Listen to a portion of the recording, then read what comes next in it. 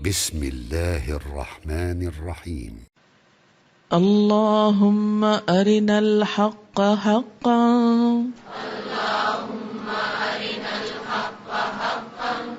وارزقنا اتباعه وأرنا الباطل باطلا وارزقنا اجتنابه. اللہم اے اللہ، ارنا دکھا ہم کو، الحق کا حق کو، حقاً حق یعنی ہماری نگاہوں میں جو حق ہے وہی حق ہو، وہی ہم کو حق دکھائی دے، یعنی کسی غلط چیز کو ہم حق نہ سمجھ لیں.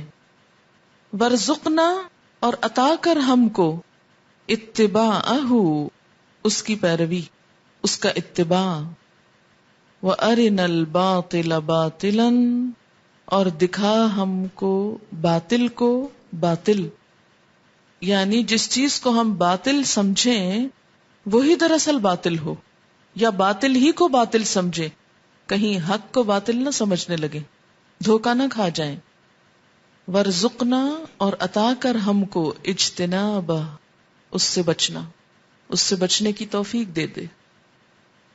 عام طور پر جب انسان دین کی طرف آتا ہے تو شیطان انسان پہ زیادہ حملہ آور ہو جاتا ہے، اس کا زیادہ پیچھا کرتا ہے، اور اس کو بار بار یہ وسوسہ دلاتا ہے کہ جو کام تم کر رہے ہو یہ کوئی اچھا کام نہیں، یہ تو صحیح معلوم نہیں ہوتا، اس کے کرنے کا کوئی فائدہ نہیں، تمہارے پاس کیا گارنٹی ہے، کیا شیورٹی ہے کہ یہ کام اللہ کا پسندیدہ کام ہے اور تمہیں اس پر کوئی اجر ملے گا، تمہارے لیے کوئی جزا ہوگی.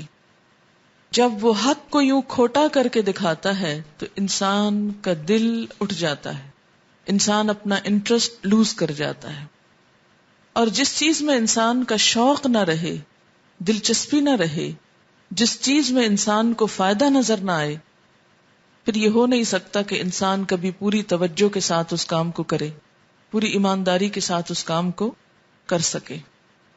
پھر ایسا نہیں ہوتا.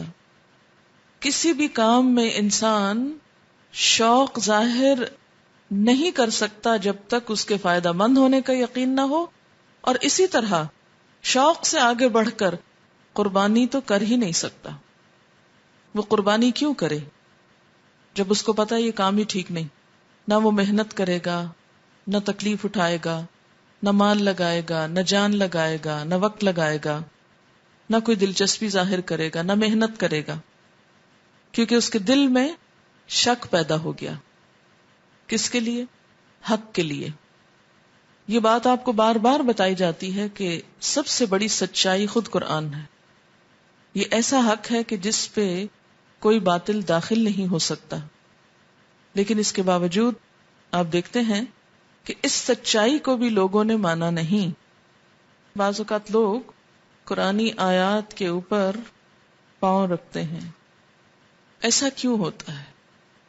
اس لیے کہ حق باطل نظر آتا ہے، لہذا حق کی مخالفت شروع ہوتی، اور بعض اوقات لوگ حق کی مخالفت میں اتنا آگے بڑھ جاتے ہیں کہ پاؤں تلے رونتے ہوئے بھی خدا سے نہیں ڈرتے، اور انہی لوگوں کو ہم اپنا ہیرو بھی بنائے ہوئے ہیں. آپ دیکھیے کہ خواہ انگریزی حرف ہی کیوں نہ ہو، کیا کسی بھی علم کی یہ توہین جائز ہے؟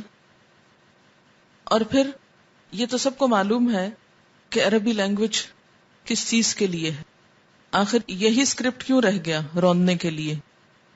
جادوگر حضرات جن کا جادو بہت چلتا ہے اور جو بہت تیزی سے اثر کرتا ہے، وہ بعض اوقات پاؤں کے نیچے آیات لکھتے ہیں، بعض اوقات پاؤں کے ساتھ باندھ کے چلتے ہیں.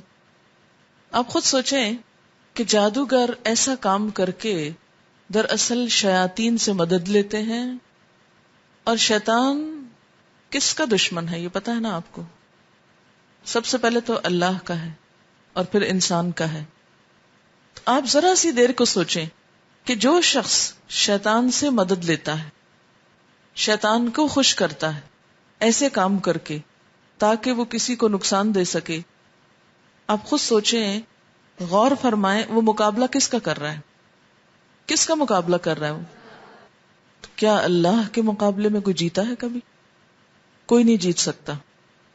اتنی بڑی طاقت سے ٹکر لینا کوئی مذاق کی بات ہے؟ کبھی کبھی انسان سوچتا ہے نا اللہ نے جہنم کیوں بنائی. میں پہلے بہت اس پہ سوچتی تھی. جب میں قرآن پڑھتی تو میرا رنگ فک ہو جاتا تھا. شروع میں جب انسان پڑھتا ہے نا تو اثر زیادہ ہوتا ہے. میں کہتی تھی یا اللہ تو اتنا مہربان ہے, اتنا رحیم ہے, اتنا کرم کرنے والا ہے, پھر تو نے جہنم کیوں بنائی؟ تیرے ہی بندے ہیں نا, ان سے غلطی ہو جاتی ہے. لیکن جو سمجھ بڑھتی گئی تو اللہ کا یہ فیصلہ بھی بالکل برحق نظر آیا کہ ایسا جیل خانہ ہونا ہی چاہیے تھا ان لوگوں کے لیے جو اللہ کا مقابلہ کرنے کو چلیں اور لوگوں سے قرآن کی آیات کی توہین کروائیں. ہمیں تو پتہ بھی نہیں کہ ہم کس چیز کے اوپر سے آگے, کہاں سے کیا پھلانگا, کیا پاؤں کے نیچے آیا. اگر ہمیں خبر ہی نہیں تو ہم پہ تو وبال نہیں آئے گا. اس کا وبال تو اس پہ آئے گا جس نے سب کا گناہ اٹھایا, ایسی جگہ رکھ کے آیات کو. تو بہرحال بات یہ ہے کہ شیطان کی چالوں میں سے بہت بڑی چال یہ ہوتی ہے کہ وہ انسان کے لیے حق کو مشکوک بنا دے اور یہ کہے کہ پتہ نہیں یہ حق ہے بھی کہ نہیں. تم یہ روز قرآن پڑھنے چل پڑتی ہو, پتہ نہیں اس کا کوئی فائدہ بھی ہے کہ نہیں, کوئی ثواب بھی ہے کہ نہیں. تو بات یہ ہے کہ اگر اس کا ثواب نہیں تو پھر معلوم نہیں اور کس چیز کا ثواب ہو سکتا ہے. نیک نیتی کے ساتھ جب کوئی شخص اللہ کا کلام اٹھاتا ہے تو اللہ تعالیٰ ایسا ظالم نہیں ہے کہ اس شخص کو سزا دے کہ تم نے میری کتاب کیوں اٹھائی اور کیوں پڑھی, کیوں سمجھی, کیوں اس کے لیے تکلیف اٹھائی, کیوں گھر چھوڑا. لیکن یاد رکھیے اس کے باوجود شیطان اس کام کو کم اہم بنا کے دکھائے گا.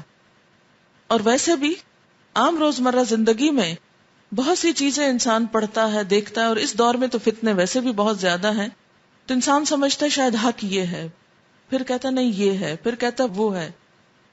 بالکل حضرت ابراہیم علیہ السلام کی مثال کی طرح آپ کو معلوم ہے کہ جب انہوں نے ستارے کو دیکھا تھا تو کیا کہا تھا؟ ہاذا ربی, یہ میرا رب ہوگا. اس کو رب سمجھ لیا. لیکن جب ڈوب گیا تو ہوش میں آ گیا, نہیں یہ رب نہیں ہو سکتا. پھر چاند دیکھا تو کہا یہ اس سے زیادہ چمکتا ہے, یہ میرا رب ہوگا. جب وہ بھی غروب ہو گیا تو کہا رب تو غروب نہیں ہوتا. جب سورج کو دیکھا کہا یہ سب سے بڑا ہے اور یہ خوب چمکتا ہے, ہو سکتا ہے یہی خدا ہو. تو حالانکہ وہ باطل خدا نہیں تھا. تو بالکل اسی طرح انسان اپنی کم علمی, کوتاہ نظری اور کمزوریوں کی وجہ سے بسا اوقات کیا سمجھتا ہے؟ غلط چیز کو حق سمجھنے لگتا ہے اور اس سے انسان نقصان اٹھاتا ہے. کیونکہ آخرت میں انسان کا فیصلہ اسی بنا پر ہوگا کہ اس نے حق کو کتنا پہچانا, کتنا قبول کیا اور کتنا اس کا اتباع کیا. یہ ہمارا ٹیسٹ ہے. ہمارا ٹیسٹ کیوں ہے؟ اس لیے کہ اللہ نے ہم کو عقل دی ہے, آنکھیں دی ہیں, دل دیا ہے. یہی چیز ہمارے ٹیسٹ کا سبب ہے. قرآن پاک میں آتا نا کہ انا خلقناہ من نطفۃ امشاج نبتلیہ, کہ ہم نے انسان کو ایک مخلوط نطفے سے پیدا کیا کہ ہم اس کو آزمائیں, اس کا امتحان لیں. اور اس کام کے لیے فجعلناہ سمیعا بصیرا, انسان کو سننے اور دیکھنے والا بنایا.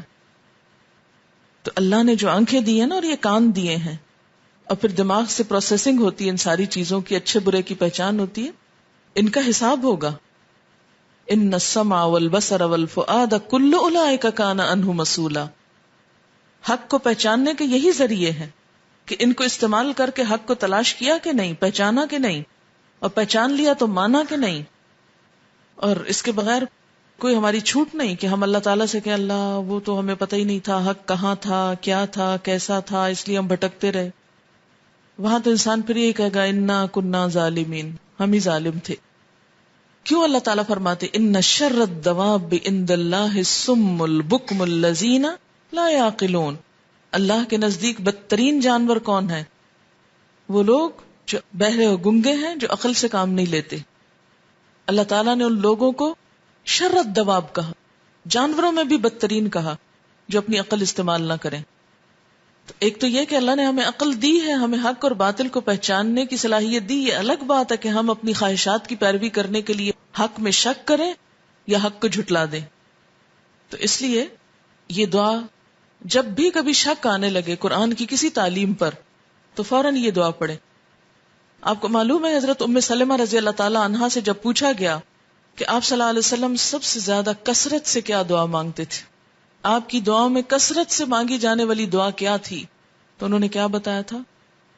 اللہم مقلب القلوب ثبت قلبی علی دینک اور ربنا لا تزغ قلوبنا بعد اذ ہدیتنا.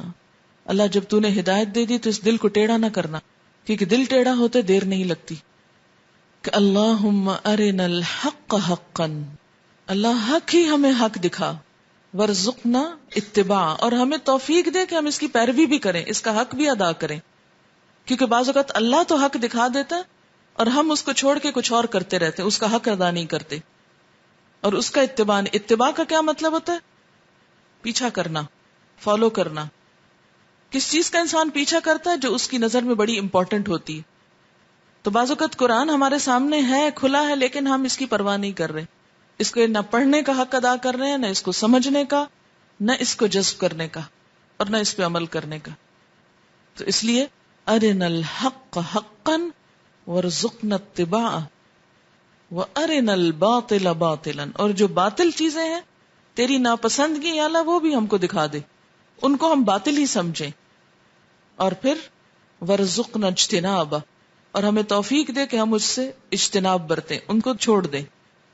کیونکہ شیطان کے حربوں اور ہتھ کنڈوں میں ایک اہم ہتھ کنڈا کیا ہے کہ وہ کم درجے کی نیکیوں میں انسان کو الجھا کے اصل نیکی سے بھٹکا دیتا ہے، دور کر دیتا ہے. چھوٹے چھوٹے کاموں میں پھنسا کے مصروف کر کے جو اصل کام ہے وہ نہیں کرنے دیتا. اور یہ بہت بڑا شیطانی وار ہے جس کو عام طور پر انسان ایکسپٹ بھی نہیں کرتا، سوچتا بھی نہیں. وہ کہتا نہیں میں ٹھیک کر رہا ہوں، میں تو اتنے سارے کام کر رہا ہوں خلق خدا کے فائدے کے، کیا ہوا جو میں قرآن کا سبق یاد نہیں کرتا. یہ بہت بڑا دھوکہ ہے نفس کا. تو یا اللہ جو باطل کام ہے، غلط کام ہے، وہ ہم کو غلط نظر آئے اور ہمیں بچنے کی توفیق دے، ان کو چھوڑنے کی توفیق دے. اور عام زندگی میں بھی جو باطل نظریات ہیں، جو حق کے خلاف باتیں ہیں، انہیں دیکھیں اور پہچان جائیں اور ان کو چھوڑ دیں، ان کی طرف توجہ بھی نہ کریں.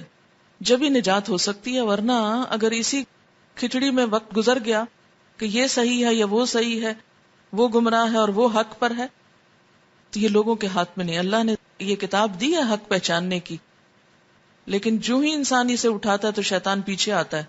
اس نے کہا تھا نا لآتینہم من بین ایدیہم ومن خلفہم، ان کے پیچھے سے آؤں گا، پیچھے پڑا رہوں گا جب تک کہ ان کے اوپر چیزوں کو مشتبہ نہ کر دوں.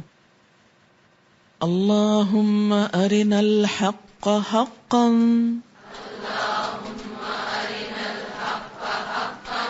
وارزقنا اتباعہ وارنا الباطل باطلا وارزقنا اجتنابہ